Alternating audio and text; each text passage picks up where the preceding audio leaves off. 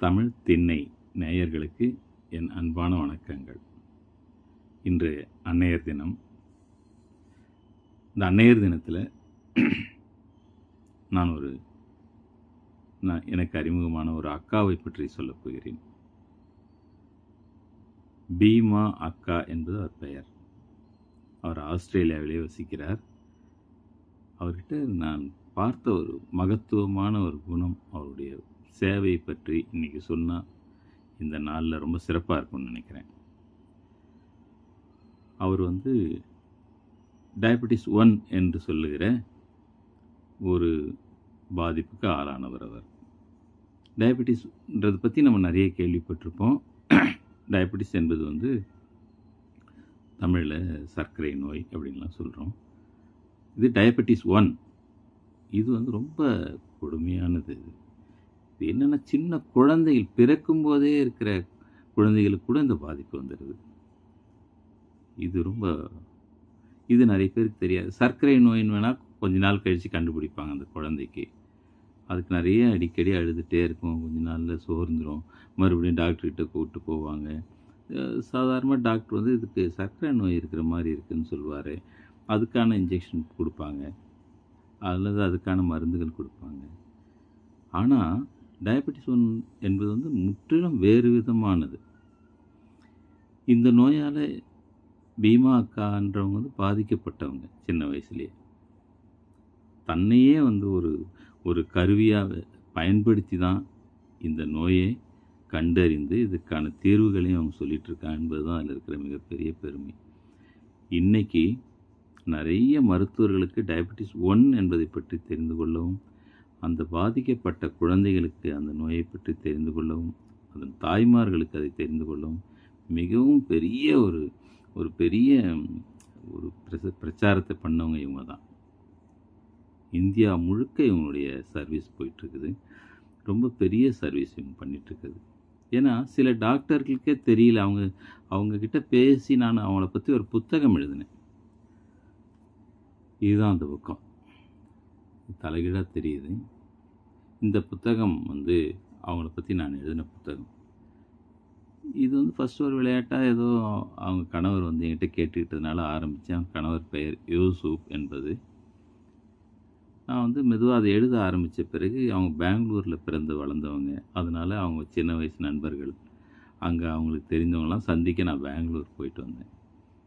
பார்க்க பார்க்க பார்க்க அவங்கள பற்றி எல்லாமே ரொம்ப பெருமையாக, ரொம்ப ரொம்ப பெருமையாக, மிக மிக பெருமையாக சொல்லிகிட்டே போகிறாங்க.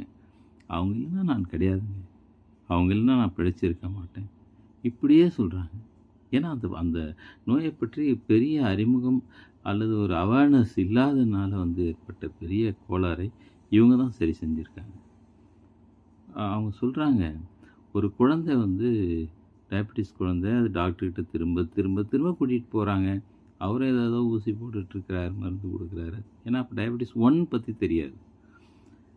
இது என்ன பண்ணாலும் சரியாகலைன்னு சொல்லிட்டாங்க. கடைசியில் அந்த குழந்தைய ஒரு கோயில் வாசலில் அந்த படியில் போட்டு உருட்டுனா சரியாயிடும்னு யாரோ சொன்னதை கேட்டு அந்த பக்தியில் அதை போய் செஞ்சுருக்காங்க. அந்த குழந்தை கடைசியில் இறந்தே போயிடுச்சு. இந்த மாதிரியான சோக செய்தி இருந்தது. அது கொஞ்சம் முன்னாடி எனக்கு தெரிஞ்சிருந்தால் நான் அந்த குழந்தையை காப்பாற்றிருப்பேன் அப்படின்றாங்க. அந்த டயபெட்டிஸ் 1 என்பது ஒரு நாளைக்கு 4-5 முறை கூட இன்ஜெக்ஷன் எடுத்துக்கொள்ள வேண்டிய ஒரு இன்சுலின் இன்ஜெக்ஷன் எடுத்துக்கொள்ள வேண்டிய ஒரு இது. அவங்களுக்கான அந்த கருவிலாம் வச்சுருக்காங்க. அந்த கையில் இந்த இடத்துல பொருத்திடுறாங்க. இப்போ சுகர் அளவு எவ்வளோ இருக்குது, அதை எப்படி கண்ட்ரோல் பண்ணணும், அந்த இன்ஜெக்ஷன் அதிலே போட்டுக்கிறது. ஏன்னா ஒவ்வொரு தடவையும் ஊசி போட்டுட்டு இருந்தால் அது முன்னாடி ஒரு கொடுமையான ஒரு காலம். அது தொப்புள்ள சுற்றிலாம் போட்டுருப்பாங்க. இப்போ அதுக்கான ஒரு புதிய டிவைஸ்லாம் வந்துடுச்சு. நார்மலாக வாழறாங்க.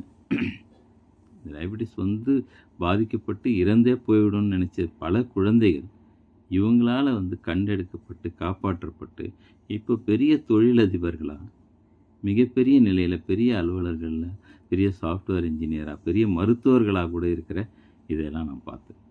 ஏன்னா இந்த மாதிரி தொண்டு நிறுவனங்களை நமக்கு உடனே ஒரு சந்தேகம் வரும், இந்த மாதிரி செய்கிறவங்க அதை வச்சு பணம் சம்பாதிக்கிறாங்களோ அப்படின்னு.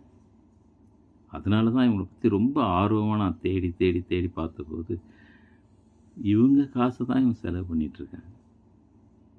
இப்படி ஒரு பொது சேவை இரவு எந்த நேரத்துலையும் உங்ககிட்ட நீங்கள் பேசலாம். அவங்க தூங்குறாங்களான்னு எனக்கு தெரியல. ஏன்னா இங்கே ஒரு நேரமாக இருக்கும், ஆஸ்திரேலியாவில் ஒரு நேரமாக இருக்கும். ஜனங்க ஏதோ ஒரு பரபரப்பாயிட்டானா, குழந்தைக்கு இப்படி ஆயிடுச்சுன்னா உடனே அவனுக்கு ஒரு ஃபோன் அடிக்கிறாங்க. அது ஒரு நைட்டு இரவு 1 மணி 12 மணி 2 மணியாக கூட இருக்கும். ஆனால் உடனே எடுத்து அவங்க பேசுவாங்கன்னு அவன் கணவர் சொல்லுவார் என்கிட்ட. அவங்க அதை டெடிக்கேட்டாக அதை பண்ணுறாங்க சார் அப்படின்னு. இந்த டயபெட்டிஸ் 1 பற்றி பெரிய விழிப்புணர்வு தந்து இன்றைக்கி நம்ம தமிழக அரசு மருத்துவம் கடந்த ஆட்சியில் வந்து மா சுப்பிரமணியம் அவர்களை சந்தித்து ஒவ்வொரு அரசு சுகாதார நிலையங்களிலும் இதை பற்றிய விழிப்புணர்வை கொண்டு வந்து அதுக்கான ஒரு சின்ன எச்சரிக்கையை கொடுத்து இந்த மாதிரி வந்தாங்கன்னா அவங்களை எப்படி முதல்ல அணுகணும், எப்படி கவனிக்கணும், என்ன அட்வைஸ் பண்ணணும்லாம் ஒரு தனி விங் ஒன்று அமைச்சாங்க. அது இவங்களால் நடந்தது தான். இந்தியா முழுக்க இதுக்கான ஒரு பாதுகாப்பும் விழிப்புணர்வும் ஏற்பட்டுருக்கு. இந்த அன்னையர் தினத்தில் அவங்களை போற்றி வணங்குகிறேன்.